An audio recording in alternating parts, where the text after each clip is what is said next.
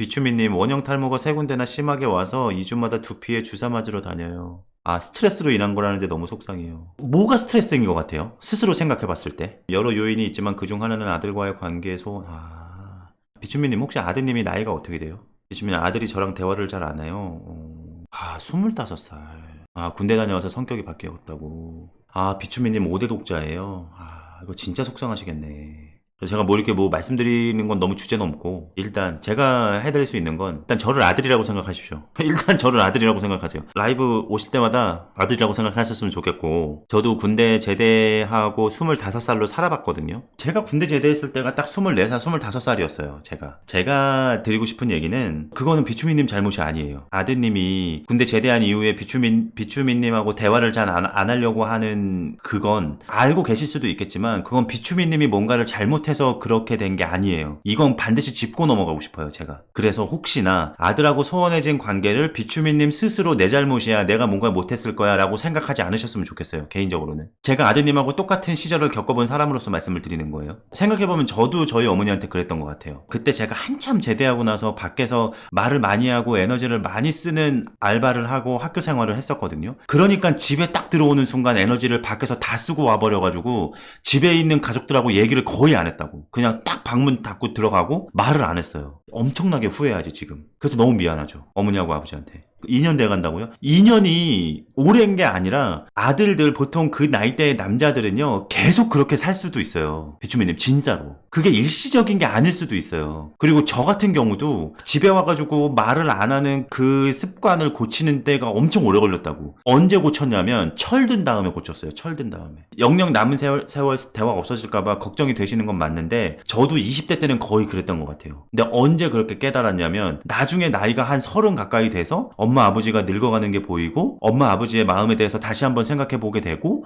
나도 사회생활하면서 여태까지는 아무 생각 없이 밖에서 엄청나게 에너지 쏟아가면서 사회생활 하다가 사회생활에 지칠 때가 딱 오더라고. 30살쯤 돼가니까 내 주변에 있는 인간관계들도 막 다시 한번 생각해 보게 되고, 이런 생각이 할 때가 와요. 그때 엄마 아버지도 보여. 이건 알고 계셔야 돼요. 그러니까 아들 입장에서의 과정을 알고 계셔야 돼요. 야, 2년이나 됐는데 앞으로 이러면 어떡하지? 아예 그냥 그런 시간 개념 자체를 없애버리셨으면 좋겠고, 아들이 지금 그런 이유일 수도 있겠구나라고 그냥 비추미님이 일단 마음을 좀 편하게 가졌으면 좋겠어요. 그리고 나서 이제 개선을 하려고 조금씩 노력을 해야지. 근데 또 이제 마음이 좀 급해지다 보면 이제 막 그러게 아들 볼 때마다, 아들 엄마랑 얘기 좀 해. 아들 엄마랑 왜 이렇게 얘기를 안 해? 이거를 볼 때마다 이렇게 얘기를 하게 되는 경우가 있거든요. 근데 그건 의미가 없어요. 아들 입장에서는 그 말이 오히려 더 짜증나. 그때는.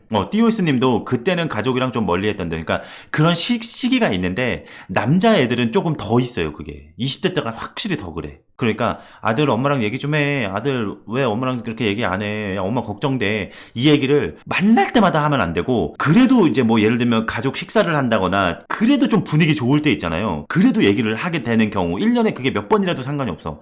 그럴 때는 한 번씩 얘기를 하는 게 중요하죠. 김단비님 말씀대로 기다리는 와중에 분위기 좋은 순간, 1년에 몇 번이라도 상관없어. 그때 이렇게 딱딱딱 한 번씩 분위기 좋을 때, 아들이 진짜 내 얘기를 들을 때, 그때 한 번씩 얘기해주면 좋죠. 소프트하게. 아들 근데 엄마 좀 외롭다. 약간 요런 거. 제가 항상 하는 이제 말이 있죠. 현실적으로 생각해야 돼. 비추미님, 여기서 우리가 현실적으로 접근해야 돼. 이성적으로. 뭐가 문제냐면, 일단은 비추미님이 지금 원형 탈모가 올 정도로 스트레스를 받는 거잖아요. 그러면 제일 먼저 해야 될 건 뭐냐? 비추미님이 원형 탈모가 올 정도의 스트레스 받는 거를 없애야 돼. 이게 문제야. 그러니까 아들이고 자식이고 떠나서, 아들 어떻게 바꾸고 어떻게 해야 되나 이걸 떠나서, 일단 첫 번째는 비추미님 스트레스 없애는 거에 집중을 해야 된다고요. 저 지금 진지해요. 지금 완전 진지해. 그러니까 스트레스 없애는 게 완전 집중해야 돼, 이거에. 근데 스트레스 없애는 방법이 뭐가 있냐 생각을 해보면, 당연히 제일 좋은 방법은 아드님이 살갑게 다시 대하고 관계가 좋아지는 게 제일 베스트지. 그러면 스트레스가 완전히 없어질 거잖아요. 그런데 현실적으로 이게 안 돼, 지금. 오케이, 그러면은 깔끔하게 이거 포기. 이거에 매달리면 시간 다 가요. 비추미님 아까운 인생 많이 날라가. 그래서 이거는 누가 봐도 지금 단기간에 고칠 수 있는 게 아니기 때문에,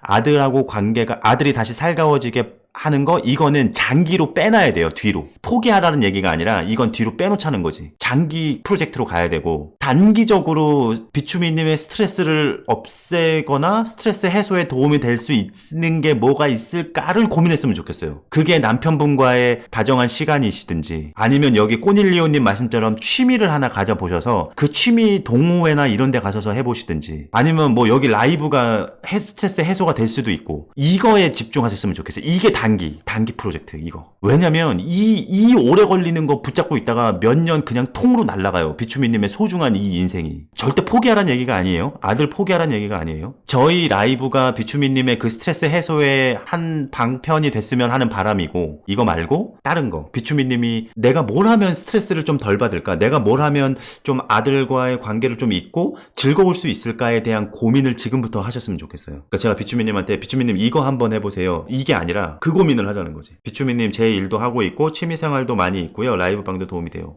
이미 이제 비추미님은 하고 있어.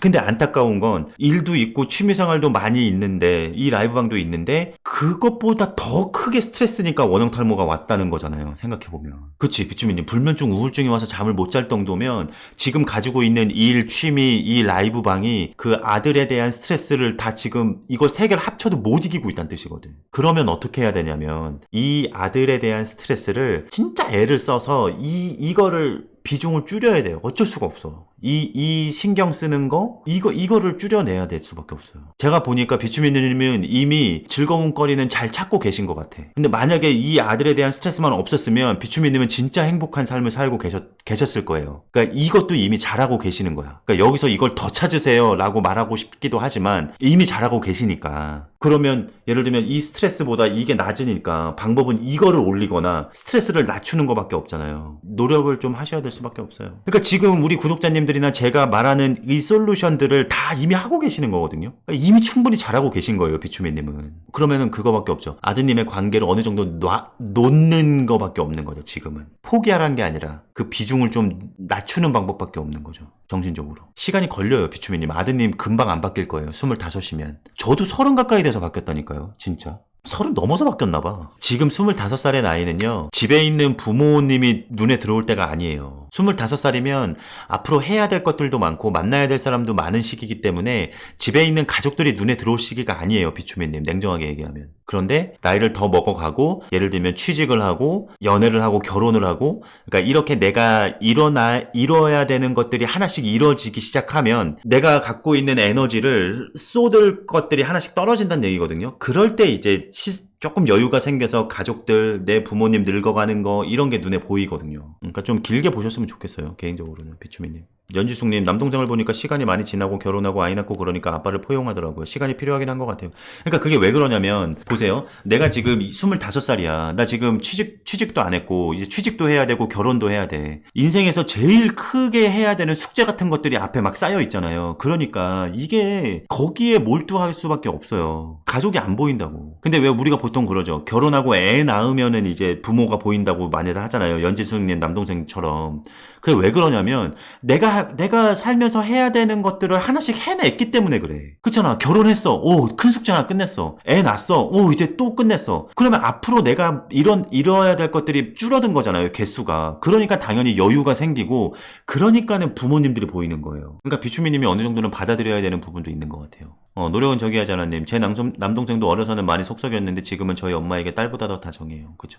비추미님 저 같은 고민이 나만 있는 것 같은 우울함 그 생각도 버려야 돼. 그 생각도 버려야 돼요. 비추미님 제가 한 가지 말씀드릴게요. 저 같은 고민이 나만 있을 것 같은 우울함 요 채팅을 치셨잖아요. 진짜 부탁인데 그런 생각 안 하셨으면 좋겠어요. 비추미님. 물론 쉽지는 않겠지만 왜 그러냐면 비추미님처럼 멋있는 사람이 없어서 그래요. 제가 라이브 때 가끔 말씀드리죠. 저는 누구한테 멋있다고 그러냐면 내가 가지고 있는 단점들 내가 가지고 있는 부족한 점들 그런 것들을 다른 사람들에게 고민 상담이 됐건 아니면 그냥 친구들끼리 대화가 됐건 그걸 스스럼 없이 드러내는 사람이 진짜 멋있다고 생각을 하거든요. 비추미님 같은 고민이 비추미님만 하고 계신 것 같이 생각이 들어서 우울하다고 하신 게 왜 그러냐면 다른 사람들은 그런 얘기를 밖으로 안 하기 때문에 그래. 비추민님처럼 멋있는 사람이 별로 없어요. 내가 어디 가가지고 하나밖에 없는 5대 독자 아들하고 말도 잘 안 하고 막 남편하고는 친한데 나만 왕따 당하는 것 같고 이런 얘기를 누가 해. 이런 얘기는 보통 사람은 안 한다니까요. 웬만큼 멋있는 사람, 깨어있는 사람이 아니면 진짜 안 해요. 그러니까 이 세상에 그런 고민은 되게 적어 보이는 거지. 그리고 나만 있는 것 같은 거지.